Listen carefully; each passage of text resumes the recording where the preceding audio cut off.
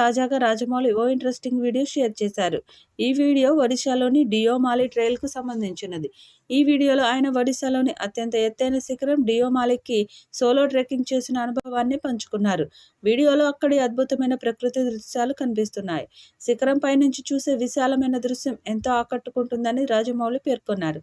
అయితే ఈ ట్రైల్లో చెత్త వేయడం వల్ల తనకు నిరాశ కలిగిందని రాజమౌళి వ్యాఖ్యానించారు. వీడియోలో శిఖరం పైన ప్లాస్టిక్, ఇతర చెత్తను కూడా చూపించారు.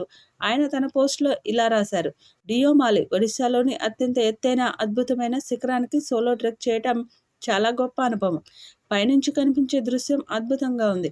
అయితే ట్రైల్లో చెత్త చూసి చాలా బాధపడ్డాను. ఇలాంటి ప్రకృతి సౌందర్యం మనం గెలిపించాలి.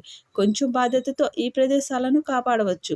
ప్రతి సందర్శకుడు తమ చెత్తను తిరిగి తీసుకెళ్లాలి అంటూ రాసుకొచ్చారు రాజమౌళి. ఈ మూవీని రాజమౌళి 2 భాగాలుగా రూపొందించనున్నారని 2027-2029లో విడుదల చేయనున్నట్లు తెలిపింది.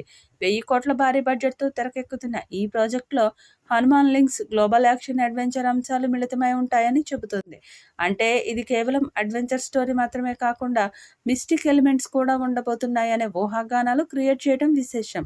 అయితే గ్రాక్ చేసిన ట్వీట్ను చూసిన అభిమానులు మిక్స్డ్ రియాక్షన్స్ ఇస్తున్నారు. కొంతమంది ఇది ఖచ్చితంగా నిజమేనని భావిస్తుంటే, మరికొందరు ఇది కేవలం ఊహాగానం మాత్రమేనని అంటున్నారు. రాజమౌళి సినిమా గురించి అధికారికంగా బయటకు వచ్చే అప్డేట్స్ తక్కువగానే ఉంటాయి. కానీ ఆయన ఇప్పటి వరకు చేసిన సినిమాలను చూస్తే పురాణ కథలు, ఫిక్షన్, అడ్వెంచర్ లాంటి అంశాలను కలిపి గ్లోబల్ ఆడియన్స్ను ఆకట్టుకునేలా రూపొందిస్తారని స్పష్టమవుతుంది. మహేష్ కెరీర్లోనే ఇదొక టర్నింగ్ పాయింట్ సినిమా అవుతుందని చెప్పడంలో సందేహం లేదు.